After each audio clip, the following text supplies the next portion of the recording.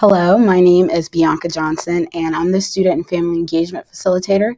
In this section, we're going to talk about what family engagement is, as well as the value of it. We'll also discuss barriers and how to work through them to build an ongoing partnership. We'll wrap up with some questions you can ask families to get started.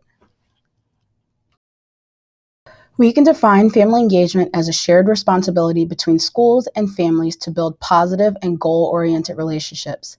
These relationships actively support children's learning and development. The process is intentional, ongoing, and collaborative. This process can take many forms, but relies on shared goals and ongoing support. Effective family engagement requires a commitment to creating and sustaining partnerships that support a child's healthy development, school readiness, and preparation for the real world. When we discuss family engagement, the word family isn't limited to parents. Remember that some of our youth may live with relatives or individuals who are not parents or biological family members. Some of our students may live between several places or lack a permanent home. Some youth may even be homeless. When we discuss the word family, we mean the caring people youth live with who are responsible for their well-being, because the word family can have many different meanings depending on circumstance. So, why family engagement? Well, first, our research tells us that when staff, students, families, and the community works together, it benefits the child academically and socially. With parents and other family members being the child's first teacher, inviting family members to the table will provide us with unique knowledge of the individual children we teach and care for. Consistent interactions with families have positive effects on children and the broader community. This builds respectful and trusting relationships over time that are essential for supporting children as they grow and experience challenges. Engaging with families can also provide new experiences for the families we serve. The activities and routines we establish can help develop lifelong pursuits and new avenues for the child and family members to explore. We know that family engagement is important. It can be beneficial on many levels. So why does it sometimes get sidelined? What are the obstacles that get in the way? Take a look at some of the barriers listed and consider them as you think about how you'll engage your families. Understanding family barriers and challenges is one of the first steps to reduce them. This requires listening and being proactive versus reactive.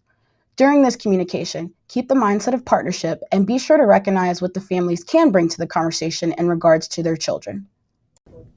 Another way to overcome barriers and challenges to increase family engagement is to consider how we're communicating.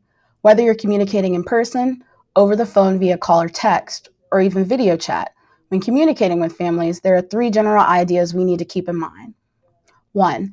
Provide as much notice to our families as possible. The more notice we provide, the better the odds our family members will make arrangements to participate. In your communication, provide families with all relevant information. Never assume people have prior knowledge of the program.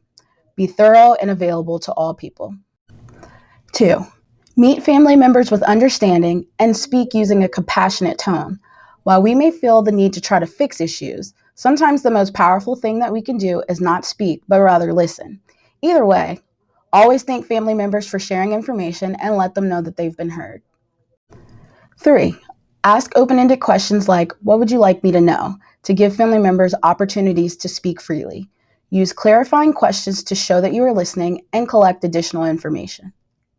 Here are some questions to ask families when making those initial connections. Be sure to establish a way to provide 2-way communications with the families based on their preference. 1-way communication is information that goes from the sender to the receiver. Generally, it doesn't involve a reply from the receiver. Because the purpose of 1-way communication is to inform, persuade, or command, no reply is usually needed. An example of this would be a newsletter. 2-way communication, however, is correspondence that goes back and forth between the sender and the receiver. In this situation, the sender and receiver are equals. Both listen to each other and share their thoughts or questions. A few examples of 2-way communication include parent-teacher conferences, phone calls, and committee meetings.